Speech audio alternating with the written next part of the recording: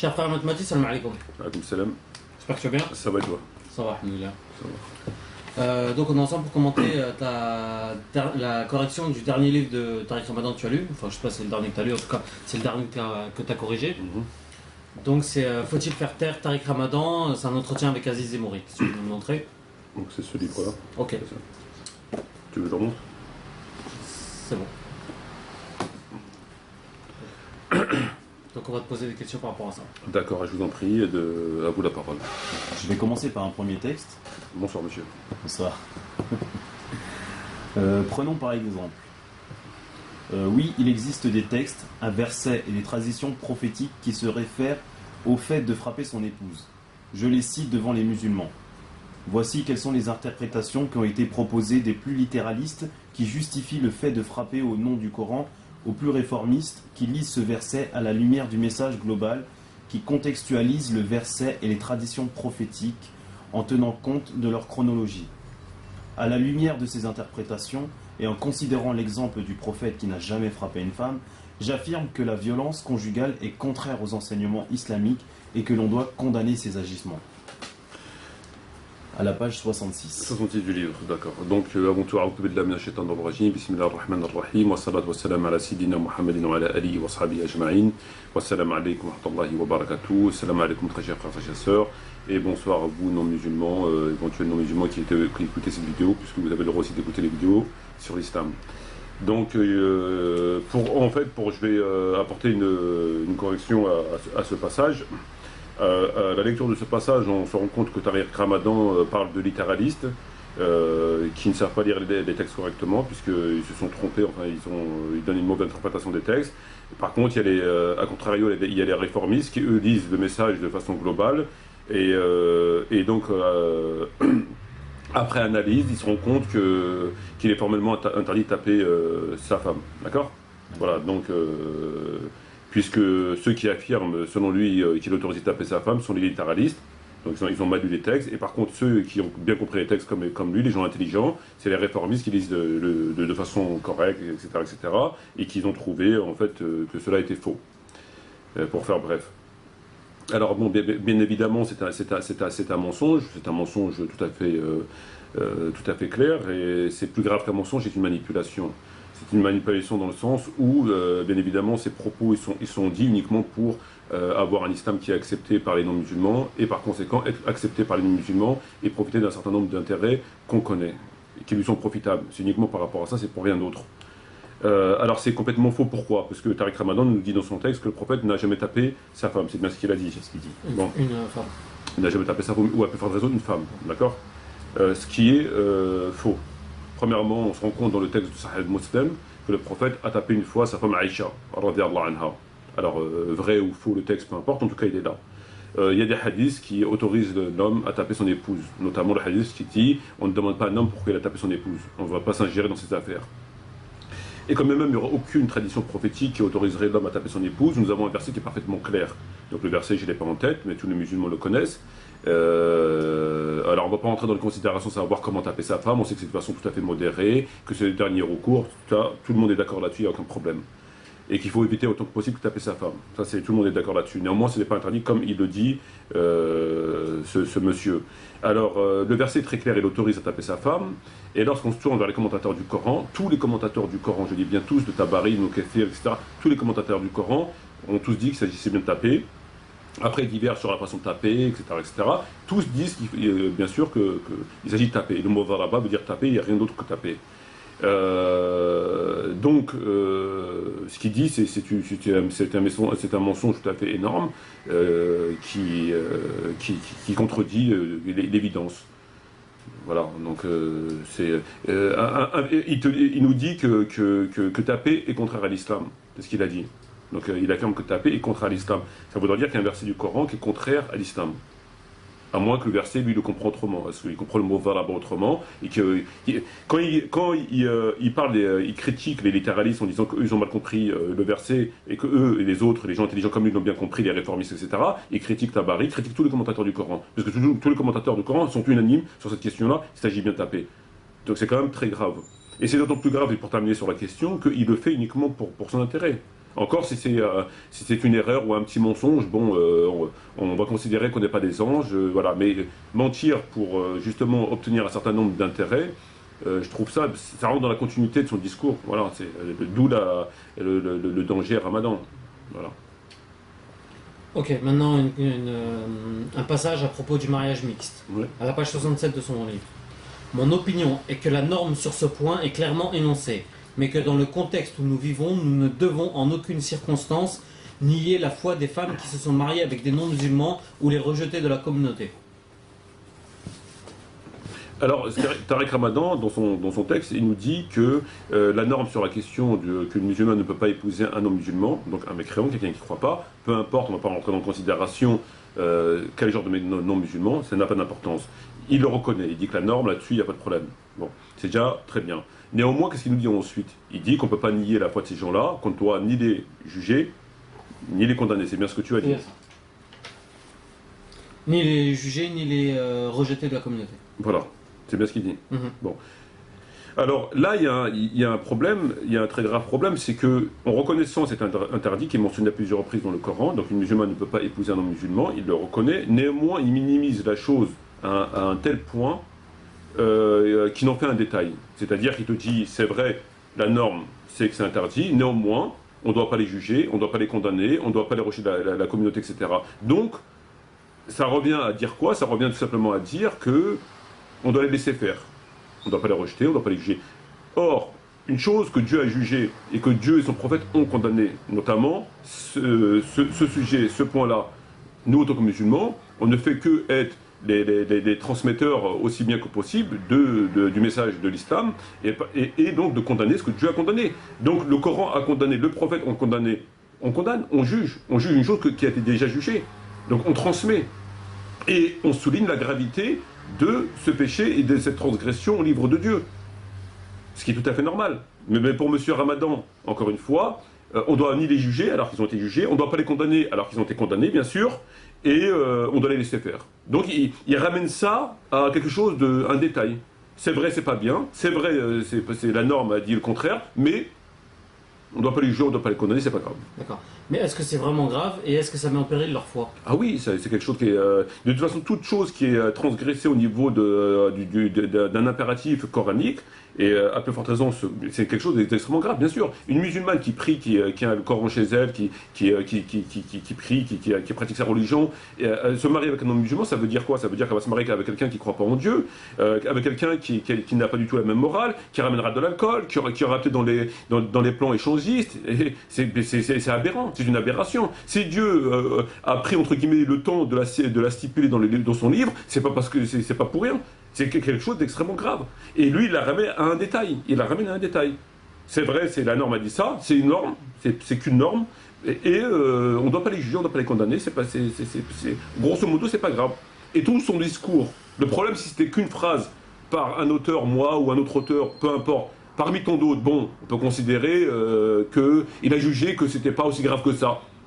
Mais quand tu reprends l'intégralité du discours et tu les mets bout à bout, sur ça, plus les homosexuels, plus ça, tu te rends compte que tu te retrouves avec quelqu'un qui incite à une pratique de l'islam qui est complètement pervertie, dévoyée, qui est carrément de l'apostasie. Voilà, ni plus ni moins que de l'apostasie. D'accord. Moi, je vais te lire un autre passage. Je vous dirais que c'est grâce à cette conviction profonde, mais ouverte au monde, que je ne crains pas la rencontre et le débat. À la page 79. Excuse-moi. Tu peux relire, parce que je n'ai pas fait attention. Alors, je vais reprendre. Je vous dirais que c'est grâce à cette conviction profonde, mais ouverte au monde, que je ne crains pas la rencontre et le débat. Bah, ça fait 6 ans qu'on lui demande de débattre.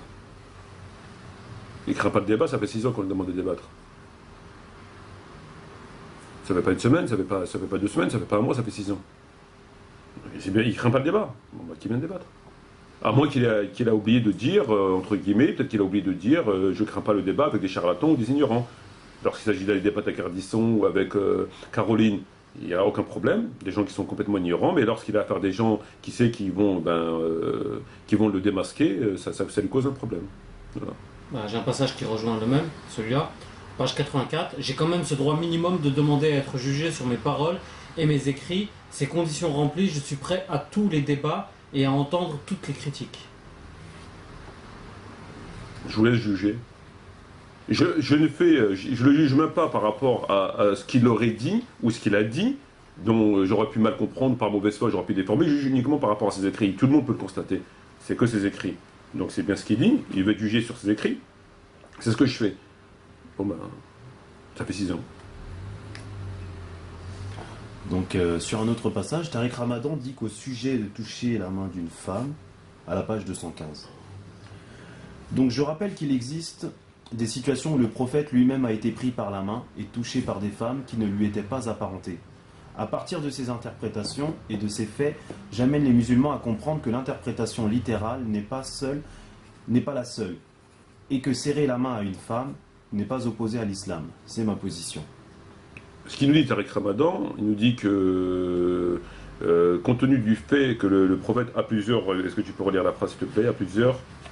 Alors, je vais reprendre. Je rappelle qu'il existe des situations où le prophète lui-même a été pris par la main et touché par des femmes qui ne lui étaient pas apparentées. Voilà, donc il nous dit que le prophète a été touché par des femmes qui ne étaient pas apparentées. C'est ce qu'il nous dit. Or, c'est complètement faux. Jusqu'à preuve du contraire, elle a été touchée par une femme qui était une esclave et qui l'emmenait où elle voulait, enfin... etc. Donc jusqu'à preuve du contraire, on a ce seul cas. Donc la phrase, normalement, elle est censée être au singulier, elle est passée du singulier au pluriel, pour la rendre beaucoup plus... pour la valider, d'accord, théologiquement, ce qui est faux, premièrement. Deuxièmement, ce cas-là ne permet pas d'en faire une législation, c'est-à-dire qu'on ne laisse pas un cas isolé, et à ce point isolé, une femme, pour en faire une règle, une loi. On ne fait pas une loi avec des cas qui sont isolés. Deuxième point. Troisième point, le prophète donc n'a jamais touché la main des femmes, mis à part cette esclave. Et on sait que, tu me l'as rappelé 3 fois, que lors de la prise de la Mecque pour les serments d'allégeance, le prophète avait mis quelque chose avec de l'eau, un verre d'eau, quelque chose, où les femmes mettaient leurs mains pour faire serment d'allégeance. D'accord? On n'a pas de cas comme ça dans la religion. Donc lui, ce qu'il fait, c'est carrément de la déformation et encore une fois de la manipulation. Voilà. Ok. Donc page 314, Thierry Ardisson ou Arlette Chabot en ont donné de piteux exemples cet automne. Le premier en offrant 15 minutes à Caroline Forest pour développer ses mensonges sans aucune opposition.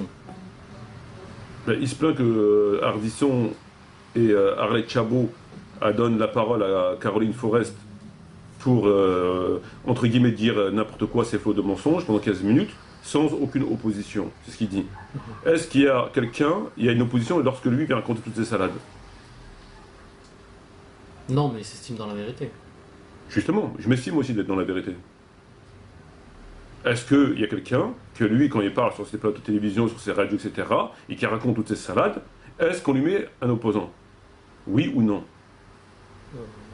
Rarement musulman. Non, jamais musulman d'ailleurs. Ben, dis-moi un débat qui a eu lieu avec un opposant musulman. Non, jamais. Jamais. Donc lui, lui, il a le droit. Par contre, il se plaint que Arlette Chabot et Thierry Ardisson ont donné la parole à Caroline pendant 15 minutes pour dire ce qu'elle avait à dire et qui considérait des mensonges sans aucune opposition ni opposant. Il se plaint de ça. Il fait tout à fait, c'est ce qu'il fait lui à longueur de temps. Non seulement il le fait, mais il va plus loin, c'est qu'il refuse de répondre. Donc c'est d'autant plus grave. Donc pourquoi il se plaint? C'est quoi son problème? Il fait ça constamment. Donc c'est... il est toujours dans sa... Ok. Il nous reste un peu de temps. Je vais te poser une question. Il nous reste 4 minutes. Je vais te poser une question directe. Enfin, à plusieurs reprises, je t'ai demandé si c'était pas de l'acharnement que tu avais par rapport à Tariq Ramadan. Et systématiquement, tu m'as répondu que non. Oui, bien sûr. Mais ces sujets-là, on les a déjà abordés au moins dans une vidéo, peut-être même dans plusieurs. Pourquoi? Ben parce que les vidéos, elles ont tendance à être oubliées. Et on essaie d'apporter des réponses toujours beaucoup plus claires, beaucoup plus précises. Puisque parfois on aborde des sujets comme tu le sais, et on laisse des éléments importants sur la question. Donc lorsqu'on a, on se rappelle qu'il y a des éléments importants sur la question, on refait une vidéo pour les mettre à la portée du public, et afin que l'élément soit beaucoup mieux développé et concret. Que les gens sachent qu'on ne parle pas comme ça pour parler, etc. C'est pas pour te faire de la publicité. Ben, je pense pas que j'ai besoin de Tariq Ramadan ou de qui que ce soit pour faire la publicité. Je pense pas. Je pense qu'à l'heure d'aujourd'hui, c'est moi qui fais plus de la publicité à Tariq Ramadan, même si c'est de la mauvaise publicité que lui qui m'en fait. Je pense pas en quoi j'aurais besoin de Tariq Ramadan pour faire la publicité. On a de la publicité sur Google, on a de la publicité sur Facebook, on fait de la publicité dans le quotidien Le Monde, on fait de la publicité un peu partout. Donc en quoi Tariq Ramadan me fera de la publicité? En quoi? J'ai pas besoin de lui. Et je pense pas que celui qui décide si les journalistes doivent inviter quelqu'un sur un plateau télévisé, je pense pas que c'est celui qui décide. Donc ça n'a aucun rapport avec la publicité. Ça, en fait, le problème, il aurait pu être réglé depuis très longtemps. Depuis très longtemps, depuis 6 ans. Si, lorsqu'on a invité Tariq Ramadan à venir faire un face-à-face et qu'il aurait accepté et qu'on aurait débattu sur ces questions-là, on aurait posé des questions, il aurait répondu, le débat il aurait été clos. On n'aurait pas fait des vidéos pour en parler après, Tariq a dit ça, etc. On n'aurait jamais fait ça. Donc ça aurait pu prendre 1 heure, 2 heures, et le débat aurait été clos. Ce qui nous amène aujourd'hui, et ce qui nous conduit à faire ce qu'on fait aujourd'hui, c'est bien parce qu'il se cache, et rien d'autre. Voilà. Ok. Donc en fait, tu devais m'attaquer, mais en fait, t'as rien attaqué du tout. Je fais ce que je peux avec ce que j'ai. Bah, t'as pas grand chose alors. Malheureusement. Bah, dis des bêtises de temps en temps, comme ça je. Moi j'ai des bêtises. Ouais, essaye. Comme ça j'arrête quoi me mettre sous la dent. Bah, tu me fais rigoler, je dis des bêtises. À condition que tu fasses rigoler. Sans la caméra alors. Qu'est-ce que t'en penses? Il nous reste combien de temps? 2 minutes. 2 minutes, on va laisser la parole à David qui s'est pas encore pleinement converti à l'islam et qui est en... Qu'est-ce que tu penses de tout ça, David? Il te reste... la parole est à David pendant 1 minute 30. Moi, Tu dis ce que tu veux, hein. Mais vraiment ce qui te passe par la tête. Hein. Non, mais il n'y a pas grand chose à dire. Ce que je vois, c'est qu'il ment, qu'il essaye de pervertir l'esprit de pas mal de personnes. Et j'arrive pas à comprendre pourquoi. Est-ce que tu en avais conscience avant que Maître Mati en parle? Non, parce que je m'intéressais pas à ce qu'il disait plus que ça.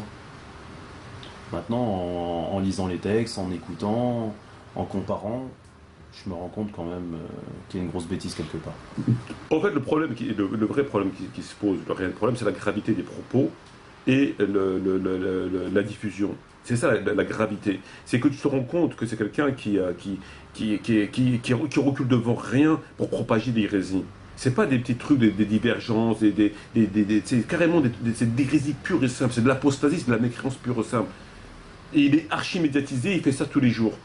Il est là le gros problème, c'est vraiment grave. Ce qu'il dit, c'est pas des détails sur les homosexuels, sur le mariage d'une musulmane avec un non-musulman, sur plein de sujets, c'est d'une gravité énorme. Énorme. Et tu vois bien comment il détourne les choses. Il n'hésite pas à taxer les autres de littéralistes, d'idiots, etc., etc. Et en fait, c'est lui qui prend les gens pour des cons. Tu vois, il recule devant rien, même c'est vraiment... il recule devant rien, absolument rien. Alors que c'est lui qui ment. C'est lui c'est lui qui ment complètement. Et recule devant rien. Et c'est d'autant plus grave. Comme on a pu le voir dernièrement sur la vidéo, où le type avait raison et que... Voilà. Ok. Je te remercie mon frère. Merci à vous, je remercie nos frères et sœurs de nous avoir écoutés. Et j'espère qu'on aura l'occasion de se rencontrer pour d'autres vidéos. Et que surtout j'espère que Tariq Ramadan sortira de son silence, de son occultation. Et shukran jazilan wa salam alaikum wa rahmatullahi wa barakatuh.